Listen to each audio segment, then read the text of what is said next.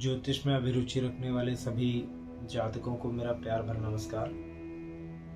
श्री गणेश जी का नाम लेकर लेते हैं आज अपनी एक दूसरी कुंडली। जैसा कि हम देख पा रहे हैं, यहाँ पर कुंभ लग्न की कुंडली है जो कि 27 डिग्री पे लग्न उदित हो रही है। और यहाँ पर कुंडली में लग्नेश हम देख पा रहे हैं कि शनि छठे भाव में बैठे हुए हैं, 28 डिग्री पे शनि बैठे हुए हैं।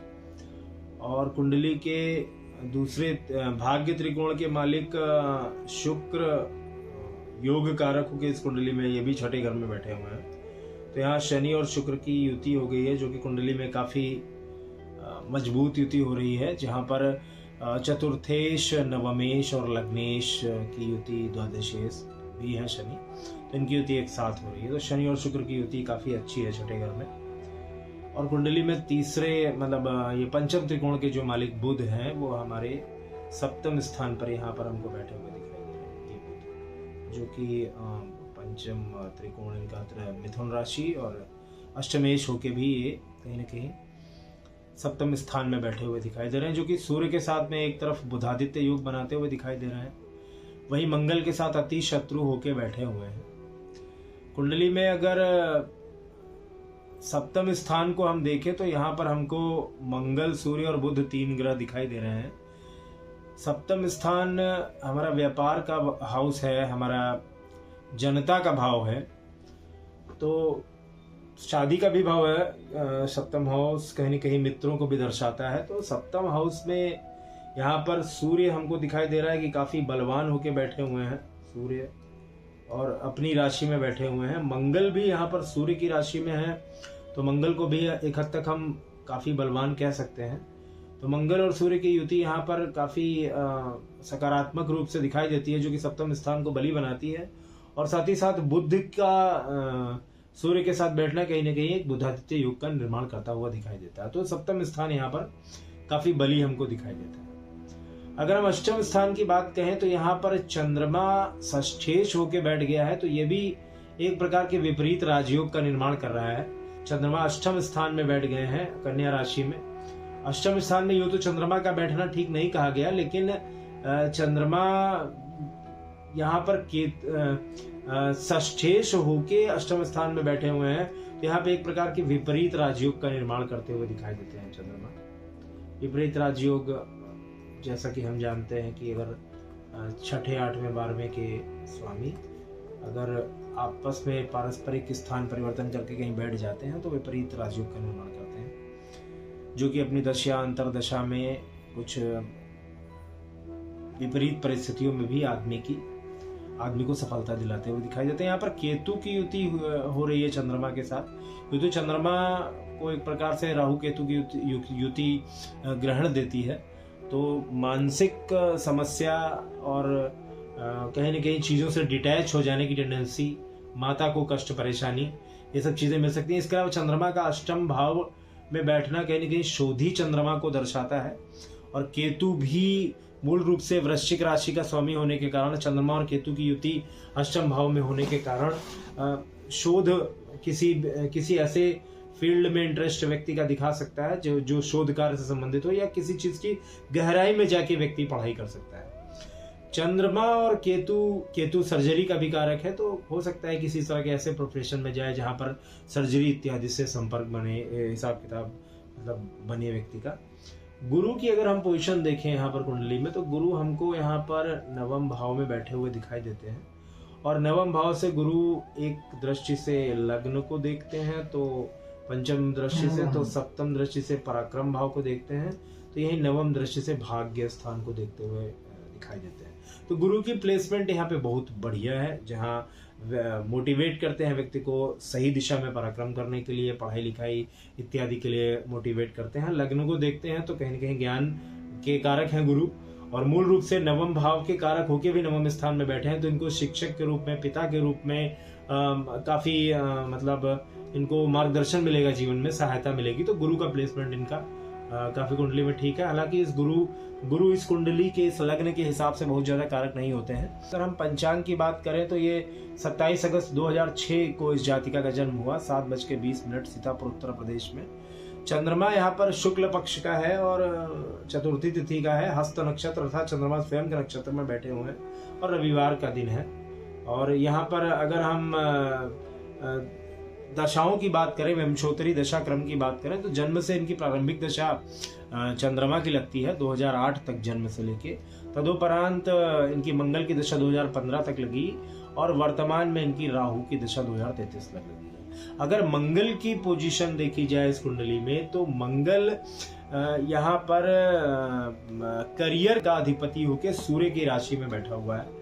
मंगल कहीं कहीं मेडिकल लाइन का बहुत बड़ा कारक कहा गया है और यहाँ पर स्पष्ट रूप से हम देख रहे हैं कि मंगल यहाँ पर जनता के भाव में बैठा हुआ है, तो मंगल डॉक्टरी लाइन में ले जाने के योग बनाता है, क्योंकि यहाँ पर सूर्य के साथ बैठने से मंगल अति बली भी हो गया है और इसको बुध का सपोर्ट भी मिल रहा है। यहाँ पर साथ ही साथ गुरु भी कुंडली में काफ़ी पढ़ाई लिखाई के लिए काफ़ी बेहतर दिखाई देता है। और अगर हम चंद्रमा और केतु की युति अष्टम स्थान में देखें, तो यहाँ पर भी ये सर्जरी इत्यादि में यदि रुचि लेती हैं जातिका, तो इनके लिए बेहतर होगा। यानी मेडिकल लाइन में भी सर्जन बन सकती हैं। बिल्कुल ऐसी घटना घटती है। राहु में बुध के अंतर में जातिका का इंटरमीडिएट इस वर्ष कंप्लीट होता है 2024 में और बहुत अच्छे ही नंबरों से वो पास होती हैं और उसके बाद में इनका मेडिकल लाइन में डॉक्टरी में इनका एडमिशन सरकारी कॉलेज में हो जाता है। तो बहुत संभावित है कि ये अपनी डॉक्टर की पढ़ाई पूर्ण करें और एक अच्छी डॉक्टर बन के सामने आए। जैसे इनकी दशाएं आगे दिखाई देती हैं कि राहु में बुध 2025 तक लगा है, उसके उपरांत में राहु लगते लगते लगभग 2033 तक इनकी राहु की दशा चलेगी और राहु की दशा समाप्त होने के पश्चात इनकी गुरु की दशा होगी और गुरु की दशा इनकी कुंडली में काफी प्रॉमिसिंग दिखाई देती है, जहां से गुरु लग्न मतलब भाग्य स्थान में बैठ के लग्न और संतान इत्यादि स्थानों को देखता है। तो ये सारी चीजें इनकी कुंडली में बहुत प्रॉमिसिंग दिखाई देती हैं। कुंडली में विवाह में कुछ समस्या जरूर दिखाई देती है, क्योंकि प्रबल मांगलिक योग ये मंगल बनाते हैं।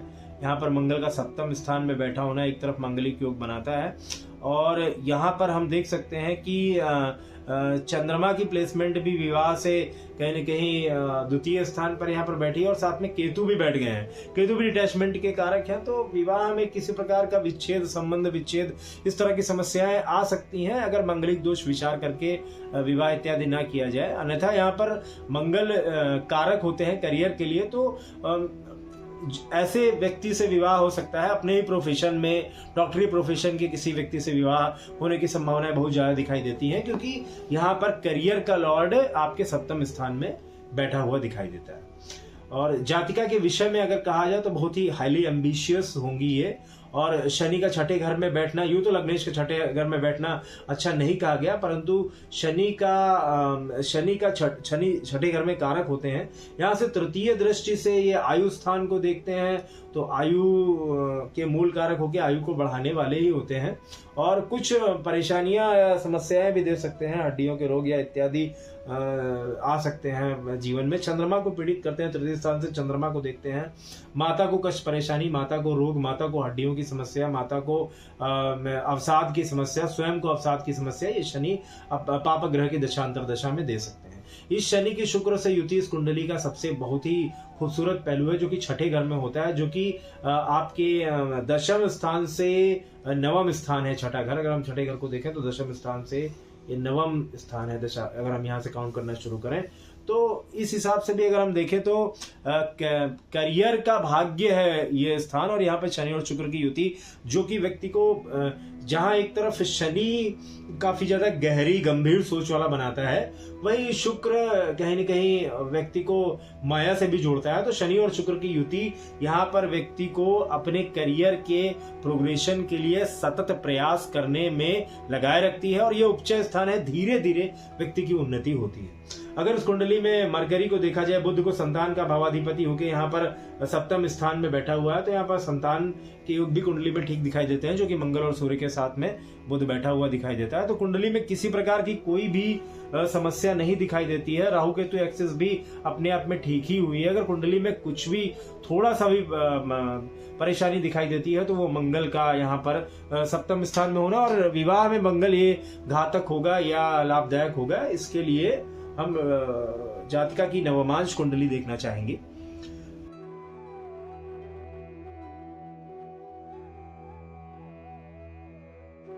नवमांश कुंडली को अगर हम देखते हैं तो यहाँ पर हम पाते हैं कि मिथुन लग्न की कुंडली होती है और यहाँ पर गुरु बहुत ही अच्छे बैठे हुए हैं। शुक्र शनि की पुनः युति भाग्य स्थान में हो गई है। सूर्य चंद्रमा और राहु की युति यहाँ पर कर्क राशि में हुई है, तो यहाँ पर कहीं न कहीं सूर्य और चंद्रमा को राहु पीड़ित करते हुए दिखाई देते हैं। धन स्थान में या परिवार के भाव में कुछ समस्या होती हुई दिखाई देती है। और मंगल यहाँ पर नवमांश कुंडली में सप्तम स्थान में है, तो मंगली योग यहाँ पर भी स्पष्ट है और यहाँ पर इस कुंडली में मंगल कारक नहीं होते।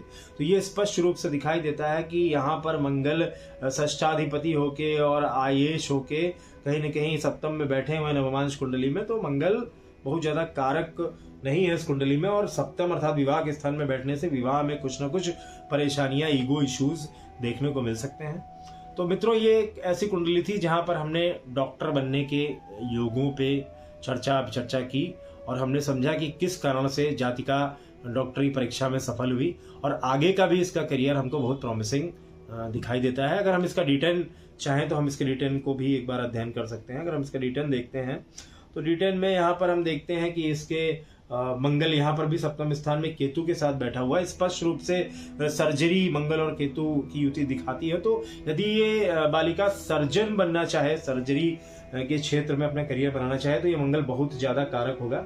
यहाँ पर लाभ स्थान में बुध उच्च के होके बैठ जाते हैं, तो यहाँ पर बुध की पोजीशन भी काफी बेहतर दिखाई देती है। काफी पैसा कमाएगी जातिका अपने इस प्रोफेशन से और इन सब माध्यमों से। गुरु यहाँ पर षष्ठम स्थान में दशमांश में बैठे हुए हैं और गुरु यानी कि धनेश होकर षष्ठम में बैठे हुए हैं, तो धन संचय में कुछ समस्या हो सकती है कुंडली में, जैसा कि शनि की पोजीशन D1 में भी दर्शाती है।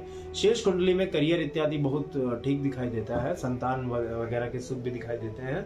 आयु में कुछ परेशानी दिखाई दे सकती है, मानसिक परेशानियां हो सकती हैं। केतु आयु में कुछ बाधक बन सकता है। अगर इस कुंडली में हम देखें तो यहाँ पर गुरु और बुध ये दोनों ही मारक होते हैं और बुध मारक होके मारक स्थान में बैठा हुआ है, तो बुध की दशा और गुरु की दशा स्वास्थ्य संबंधी समस्याएं दे सकती हैं, कुछ परेशानियां पैदा कर सकती हैं, जो कि 2033 तक राहु की दशा है। तब दोपरांत गुरु की दशा 2049 तक है। तो 2049 तक 2033 से 49 के बीच में स्वास्थ्य संबंधी समस्याएं लाइफ में देखने को मिल सकती हैं, जो कि जिसमें से थायराइड और मोटापे की समस्याएं बहुत प्रमुख हैं, क्योंकि गुरु यहाँ पर इस तरह की समस्याएं देने के लिए जाने जाते हैं। और तदुपरांत इसके बाद शनि की दशा, शनि यहाँ पर षष्ठम स्थान में बैठे हैं, तो शनि की दशा में भी करियर प्रोग्रेशन, पैसा टका इत्यादि लाइफ में बहुत कुछ देखने को मिलेगा, सारी चीजें बेहतर रहेंगी। लेकिन शनि भी स्वास्थ्य के भाव में, चूंकि शनि शुक्र एक साथ में बैठे हुए हैं, तो यहाँ पर कुछ समस्याएं, हड्डियों की समस्याएं, कुछ शुक्र के साथ बैठे होने के कारण मूत्र विकार इत्यादि समस्याएं यहाँ पर हो सकती हैं। और शेष कुंडली काफी बेहतर दिखाई देती है। अगर हम एक बार अष्टक वर्ग पर भी नजर डालें तो कुंडली में लगभग सभी राशियों में अच्छे बिंदु देते हुए दिखाई देते हैं अष्टक वर्ग कुंडली। तो हम ओवरऑल ये कह सकते हैं कि एक बहुत ही बेहतर कुंडली है, बहुत बेहतरीन कुंडली है, जहाँ पर बहुत ही जातिका सदाचारी, पढ़ने में बहुत अच्छी और उसका मन पढ़ाई लिखाई में काफ़ी ज़्यादा लगेगा। और साथ ही साथ वो कुंडली इसकी दिखाई दे रही है स्पष्ट रूप से कि करियर इत्यादि इसका बहुत अच्छा है और जीवन में हर प्रकार की सफलता, हर प्रकार का नाम रोशन करेगी ये अपने।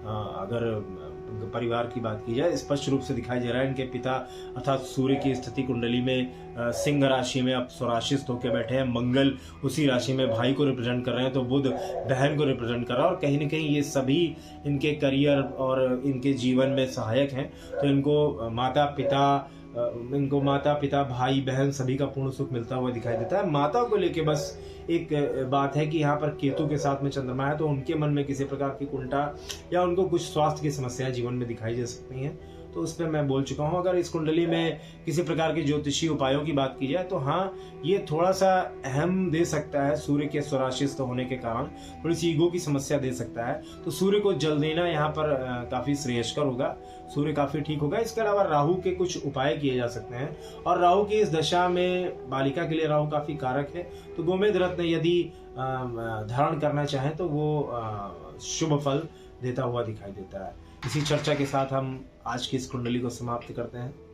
यदि कोई प्रश्न होगा तो हम उन पर पुनः चर्चा कर सकते हैं कमेंट सेक्शन इत्यादि के माध्यम से। जय श्री कृष्ण।